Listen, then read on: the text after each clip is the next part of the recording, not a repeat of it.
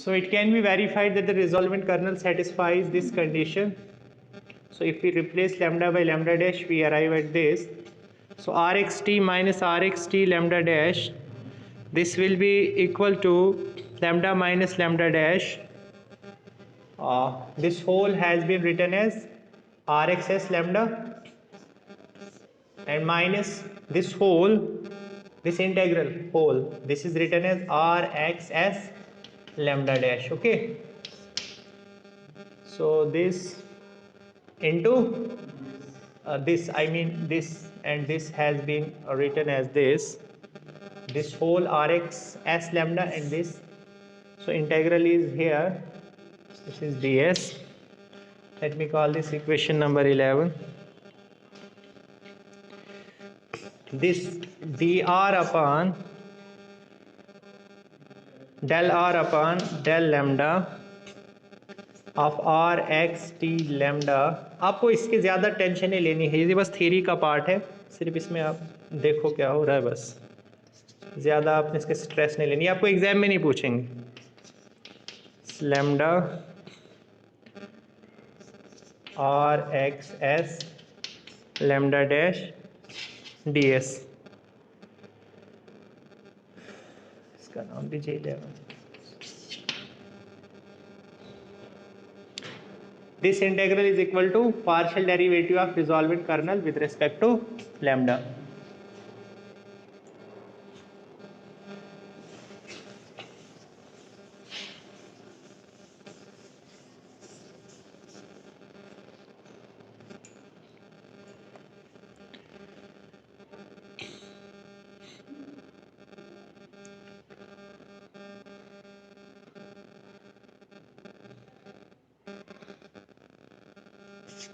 Okay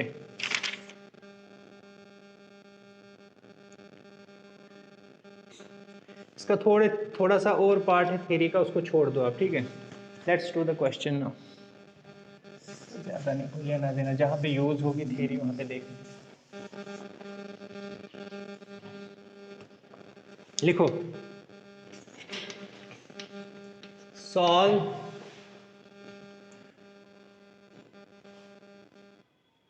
solve the equation by method of resolvent kernel. Y of x equal to x plus lambda a to b xt yt dt. Okay, here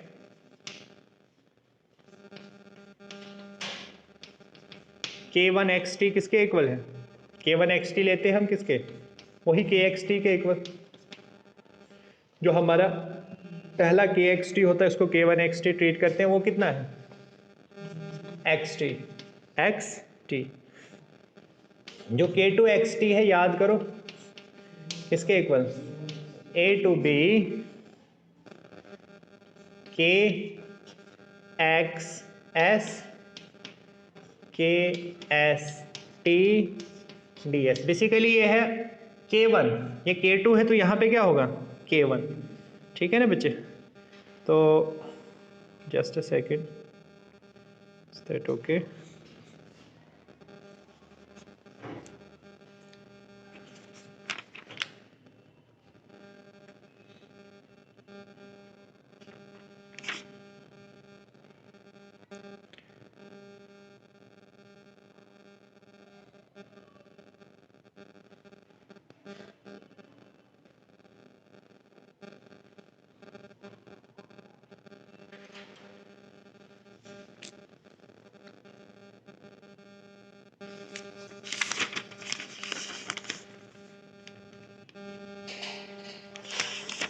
kn(x) कहाँ पे लिखा था हमने? हाँ ठीक, हाँ ये सेम रहेगा kx. ये वाला क्या रहता है? सेम रहता है. ये पहला वाला आता है, ये क्या आता है? पहला वाला. ऐसे लिखा था ना हमने kn(xt) बिकॉज आप लिख सकते हो this is a to b K x s K n minus one s t d s. ये होता है रिलेशन। जो आपका के एन एक्स टी होता है this is equal to integral of a to b, ये सेम रहेगा के एक्स एस, ये चेंज होता रहेगा। मतलब ये अगर 2 है तो यहाँ पे क्या होगा 1, यहाँ पे 3 है तो यहाँ पे क्या होगा 2, यहाँ पे 4 है तो यहाँ पे क्या आएगा 3। So this is how we will catch hold of all these K n x t's. So यहाँ पे बताइए अब क्या होगा। यहाँ पे तो के एक्स एस और ये दोनों बराबर हो जाएंगे क्योंकि हमने के वन एक्स टी को पहला ही वही मानना होता है। सो के एक्स एस किसके इक्वल हो जाएगा, this is x into T की जगह क्या है एस, तो ये हो जाएगा एक्स इंटू एस, ठीक है। इंटू और के वन एस टी किसके इक्वल हो जाएगा, एक्स की जगह क्या है एस और टी की जगह टी ही है, ठीक है। D S, this is D S. तो ये क्या हो गया, एक्स टी को बाहर ले लो, एक्स टी बाहर चला जाएगा तो अंदर क्या बचा एस स्क्वायर डी एस। करो इसको सॉल्व। ओके, हमने रिजॉल्वेंट कर्नल फाइंड करना है, उसके लिए पहले हमें के एन एक्स टीज फाइंड करने हैं, तो वहां से फिर हम सीरीज जो होगी इनफाइनाइट सीरीज वहां से रिजॉल्वेंट कर्नल फाइंड। तो कितना हो गया बच्चे आपका ये के टू एक्स टी,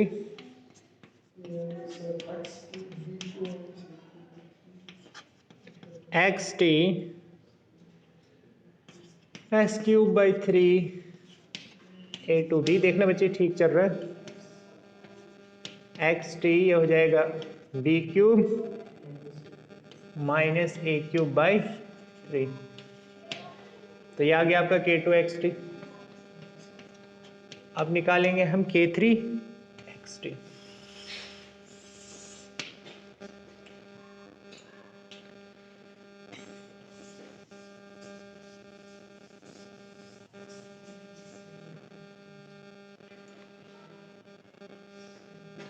के थ्री एक्स टी किसके इक्वल होगा,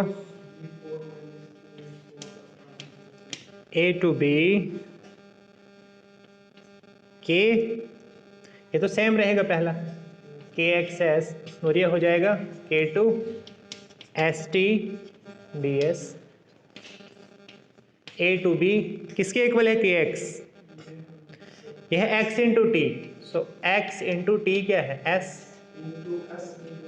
नहीं ये हो जाएगा, अब ये वाला फार्मूला लगेगा, this is s into t into b cube, क्योंकि ये के टू है ना, ये वाला फार्मूला लगेगा। एक्स की जगह सिर्फ एस होगा और टी की जगह टी है, बाकी b cube minus a cube by 3 into d s. अब देखो कुछ चीज़ें बाहर आ जाएंगी, जैसे x बाहर आ जाएगा, t बाहर आ जाएगा, b cube minus a cube by 3 बाहर आ जाएगा, अंदर क्या बचा फिर से एस स्क्वायर डी एस है ना। तो ये फिर से बच्चे वही हो जाएगा b cube minus a cube by 3, तो उसका स्क्वायर हो जाएगा, वो क्या हो जाएगा स्क्वायर।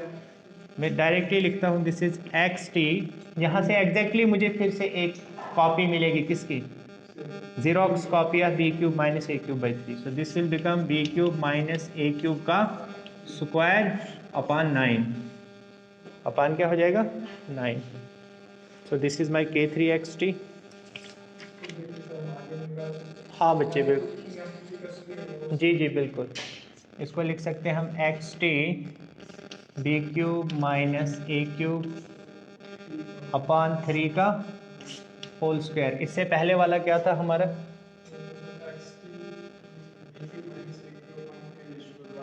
1 था, है। तो यहाँ पे देखो जब यहाँ पे 2 था तो पावर क्या थी इसकी 1, एक्स टी वहाँ पे भी था। जब यहाँ पे 3 है तो पावर क्या है, जब 4 होगा तो पावर क्या होगी। सिमिलरली आप लिख सकते हो K 4 x t will look like x t into b cube minus a cube upon 3 की power 3। and so on. Fine. So this is okay.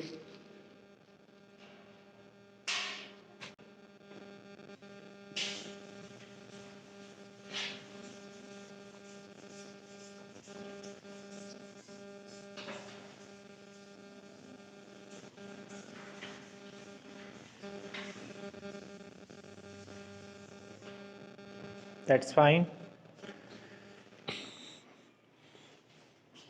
तो बोलो रिजॉल्वेंट कर्नल किसके इक्वल होगा? Therefore the resolvent kernel is given by Rx t lambda is equal to summation n goes from 1 to infinity lambda की power n minus 1 kn xt. यही था ना? तो ये किसके इक्वल होगा बच्चे? This is k1 xt plus lambda k2 xt plus lambda square k3 xt plus and so on. ठीक है.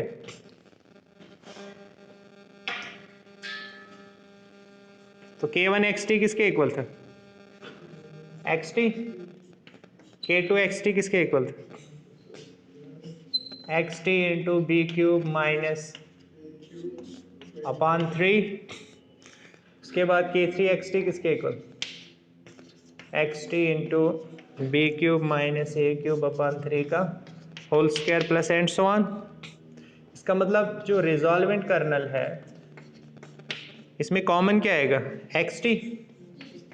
अंदर क्या बचा? 1 प्लस लैम्डा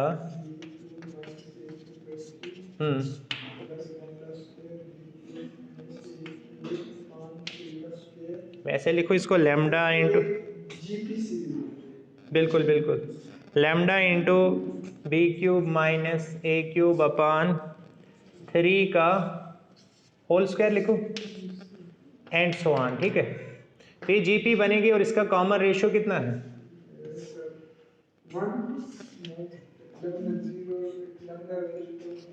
देखो बच्चे आपके पास जीपी होती है ना एक, अगर आपको याद, we know that 1 plus x square plus x cube and so on. This is infinite series.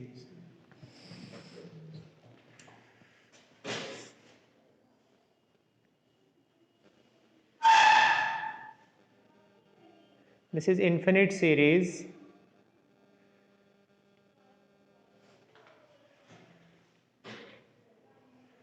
तो इन्फिनिट सीरीज और प्लस ये जीपी भी है, इन्फिनिट जीपी है. इन्फिनिट जीपी किसके इक्वल होता है? A upon 1 minus r. Infinite GP का जो सम होता है ए अपॉन 1 माइनस आर, ये हो जाएगा 1 upon 1 minus x. 1 upon 1 minus, क्योंकि इसका कॉमन रेशियो एक्स है. सिमिलरली यहाँ पे भी एक्स का काम कौन कर रहा है?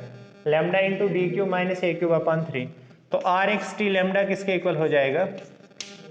This is x t into 1 upon 1 minus lambda b cube minus a cube upon 3. क्या हो जाएगा? 1 upon 1 minus x. Because this is an infinite GP, so we can write it like this.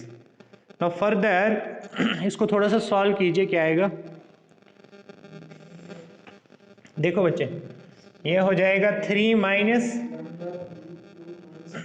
देखो ये एक्स टी अपॉन, ये हो जाएगा 3 minus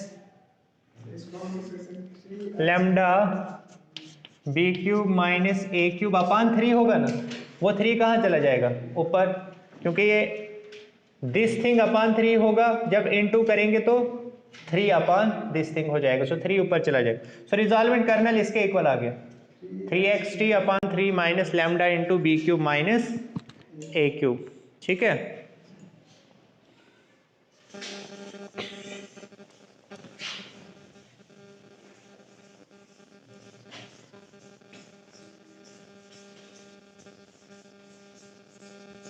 अब निकालेंगे हम सोल्यूशन, क्योंकि रिजॉल्वेंट कर्नल ही हमारा मेन मुद्दा होता था. रिजॉल्वेंट कर्नल जब हमें मिल गया, देयरफॉर सॉल्यूशन क्या हो जाएगा? Hence the solution is y of x is equal to f of x plus lambda a to b r x t lambda f of t dt. Fine. तो f of x किसके equal लेंगे? Given दिया है ना, f of x x के equal है. देखो पीछे इक्वेशन देखो ना, this is y of x is equal to x plus, तो x की जगह क्या है? f of x की जगह x है. सो ये आपका x आ गया plus lambda a to b. अब रिजॉल्वेंट कर्नल भी मिल गया हमें. रिजॉल्वेंट कर्नल कितना मिला? X T upon 3 minus a cube. और एफ ऑफ टी फिर से किसके इक्वल हो जाएगा? टी के इक्वल, क्योंकि एफ ऑफ एक्स एक्स के इक्वल तो एफ ऑफ टी टी के इक्वल. ये identity function, this function is identity function. This takes x to x, so it will take t to t. तो ये मिलेगा बच्चे आपको x प्लस, शाबाश, ये 3 था, सॉरी ऊपर 3. तो ये हो जाएगा आपका, बाहर निकाल दो जो हमारे मतलब इसके इंटीग्रल के अंदर नहीं होते. 3x lambda upon 3 minus lambda b cube minus a cube. अंदर क्या बचा? सिर्फ टी स्क्वायर डी टी. तो ये क्या होगा बच्चे? शाबाश,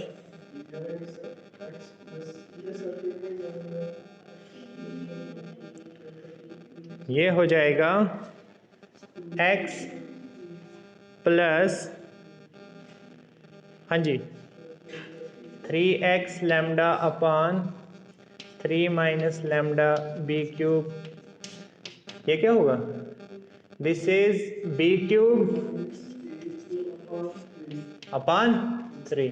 3 और 3 क्या हो गया? कैंसल. अब करो इसको सॉल्व जरा. This is x plus x lambda upon 3 minus lambda b cube minus a cube. और ऊपर भी क्या है इसके साथ? B cube minus a cube. आप यहाँ पे भी छोड़ सकते हो, ठीक है. So this is your y of x. वरना अगर इसको फर्दर आप सॉल्व करना चाहते हो, करो जरा इसको फर्दर.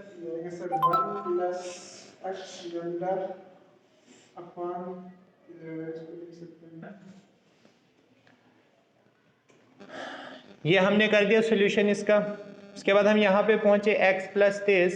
इसको क्रॉस मल्टीप्लिकेशन कीजिए. 3 को x के साथ किया तो 3x आया.